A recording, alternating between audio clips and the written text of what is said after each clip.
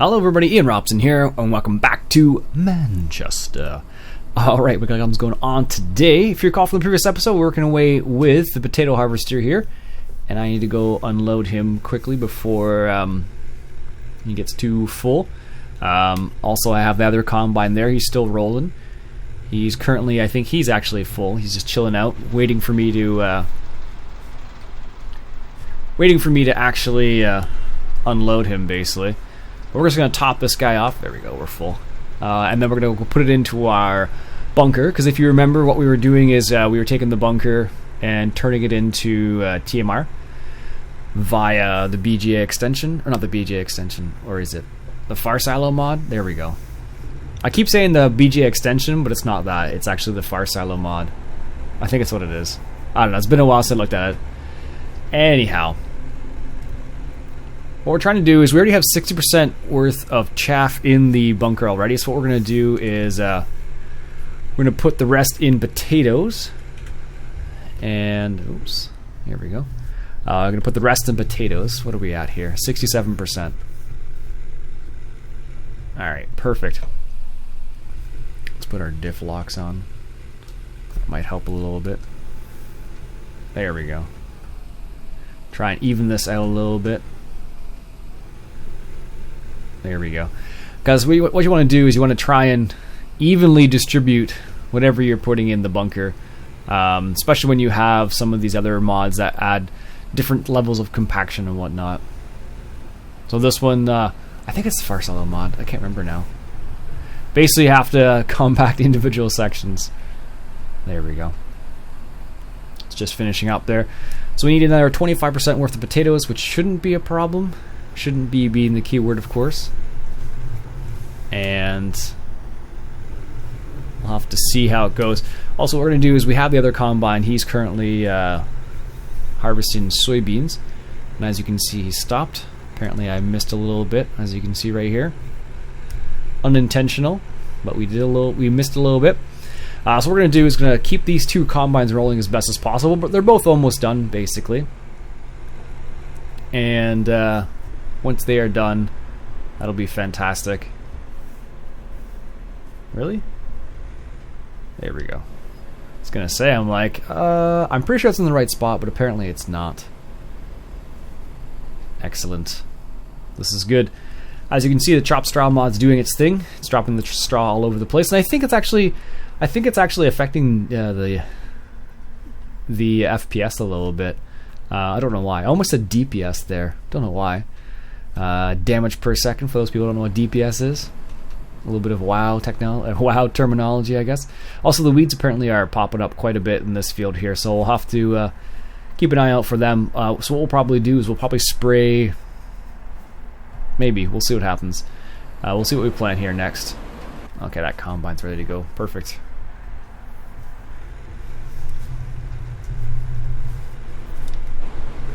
And what we'll do is we'll unload this into our silo and keep that guy rolling as best as possible.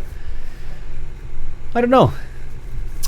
Every time I go to record, I do this really strange thing. I look at all the maps I have currently ongoing, and I'm like, which one should I play today? And Manchester's at the top of the list, so it's kind of a little bit biased in that regards. But I always want to play Manchester. Because what I try to do when I record videos, what I often try to do is I try to, choose what I'm most interested in and then try and even it out as best as possible. Which works most of the time, but not always. There are some times where it doesn't work as well as I'd like, but it happens. There we go. Just unload here. So, for example, I was like, what should I play? Manchester or Crystal Falls or Chellington? And this seemed like the... Well, for me, it was the obvious winner. I just like the map. It's hard to beat it for me. There aren't many other maps that really have taken my... caught my eye, I guess is the expression I want to use. Maybe not the right expression when it comes to a farming simulator map, but that's what's coming through my mind right now, so... well. What have you been up to? Anything interesting? Have you been playing on Manchester map too? I'm guessing not everybody has. A lot of people are really enjoying Chellington, actually. That seems to be a popular map right now. Not sure about everybody, but a lot of people seem to be playing on it. So if you're from the UK, that's as far as I can gather. If you're from the UK, you're probably playing on Chellington, which is, you know, makes sense. This is a Canadian map, so I'm enjoying playing on the Canadian map. So it's what you're used to, essentially. So if you're used to playing, if you're from the UK or from Canada, US, whatever it happens to be, that's why we all enjoy the particular maps we do, right? There we go. Let's get out of his way. Let him keep rolling. Someone asked me where to find that truck that we just passed there. I believe that's a private mod. I think. I don't know. I have to look into it. I want to say it was Jordan's. I'm not sure about that though. Oh, let's get the case out first. And compact this. Otherwise it's going to be terrible. Let's put our four-wheel drive differential locks on. There we go. Yeah, like I said, this, because of the mods we have installed, we have to make sure it is properly compacted. So because I have more potatoes to put on here, I want to compact this level first, or well, as best as possible. I really should spread it out a little bit more. You can see we have a little bit too much in this one section right here, but we should be able to compact it relatively well, I think. There's always room for improvement, though. If I wanted to get really fancy, I could always get out a front loader and start adjusting this manually, but it's not my style, really. Some people do that. I know Beavis likes doing that, for example. He really enjoys... I think... I want to say maybe Caraveris also. I'm not sure. We all play our own way, basically. Everyone has their own particular way of playing this game. I'm sure you do, too. Which makes it very interesting. Everyone has a different way, and some people like to play really seriously as if they're actually on a farm and all that jazz. Other people like to have a little bit more, mess around a little bit and have a little bit more fun. It really depends on whatever tickles your fancy. 73%. Looks like that's rolling well. That combine just both of them are just collecting so much. Yeah. The New Holland over there is at 80% already. I think he's only done, looks like he's only done like one pass. It's hard to tell. 95, 94. Yeah, this one section right here, I'm not surprised it's so high still. I'll be back when this is fully compacted, or else this will be a lot of this. Alright, so we got it fully compacted. Just going to drop this other almost 20,000 liters worth of potatoes in there. We're trying to get it to 100%. I think 100% in this particular this bunker, I think is 500,000 liters. It looks like maybe somewhere in that area. Maybe it's a bit less. I don't know for sure, but I think it's somewhere in that area. So we'll see what happens with it. Not sure. I don't remember honestly. I haven't made silage in the bunker for a long time.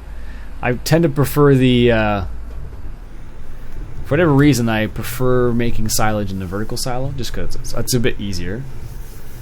But it doesn't make TMR, so. Although with some of the other mods, like, what's a good example? Like the UPK stuff you can get some of the ones that make TMR, but usually I think there's a brewery that will do it. Of course, there's a mixing station that will make TMR, and I think there's one or two other buildings that will do it, but I'm not certain. I would have to honestly double check. Ooh, parking brake's on. I'm like, how come it's not going anywhere? It's the parking brake. It's not too bad. So this is the reason why you want to try and spread it out. Like I have been trying to spread it out, spread the potatoes out on this pile of chaff, but it's not working. I'm not doing a very good job of it, so I need to compact a lot. Luckily it's not too bad. It's only like 97, it's about 96%. Again, I'll be back when I'm done. There we go. Just finished compacting the last little bit of it. Let's turn that guy off there for a second. Double check the information on the bunker. What do we got here? 99, 99. That's good. Perfect. 76%. Excellent. Top into the fent. He is ready. It looks like the other combine's 86%. Excellent. Yeah, this release, these last couple episodes have been like a karting episode. I could theoretically just do with courseplay, but this seems to be a bit more efficient. And it allows me to switch between the two because we only have one tipper. Or I should say, we only have one trailer. So being able to switch between the two really makes a really big difference. Good. So I'm looking at a couple new maps. One of the maps I checked out the other day was called California map. I was watching Multi-Mikey123 doing his little map review or map... what does he call them? I'll call them a map review. If it was Greg Gamer, he would call them a look-see. But take a look at that map. It's actually a really nice looking map, but it's huge. It's like a Pleasant Valley enormous size map. Like, it's one of those ones where you can't just you need to either A, use a lot of courseplay, or B, play on a server or something like that, because it's just a huge map. I saw that RD Allen actually changed his server over. It was on States, now it's on Pleasant Valley, which is kind of cool. We want to go this way, which is on Pleasant Valley. I haven't I'll confess and say I haven't watched a crazy amount of Farming Simulator videos lately. Been so stuck on fishing, it's been ridiculous. It's been like fishing 24/7, it feels like. Really? That's too far away? Okay.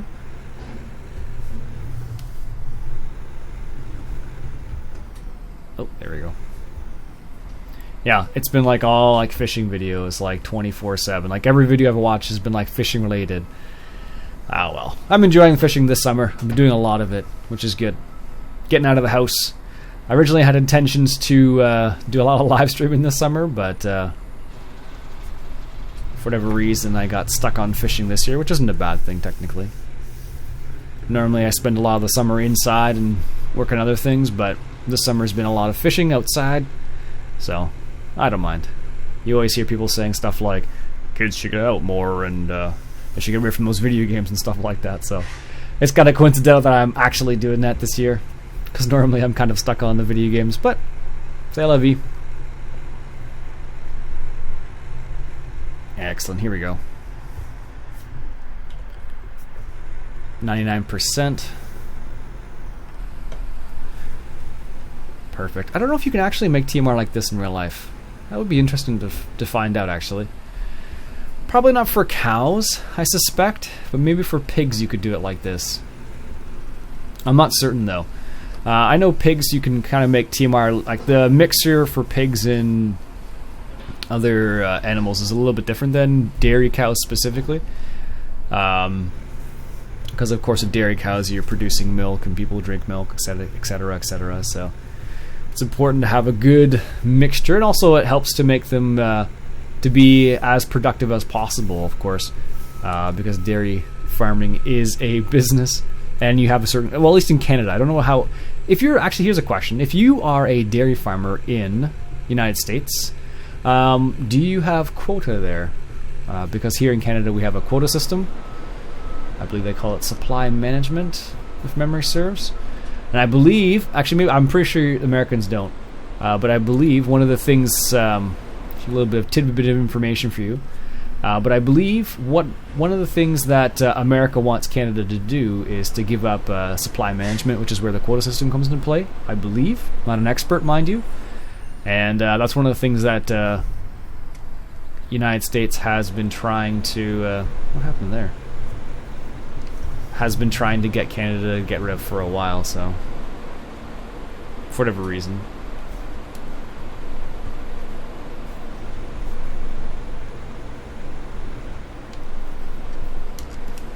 That's strange. My cruise control button's not working properly anymore. There we go. Unload the rest of that combine.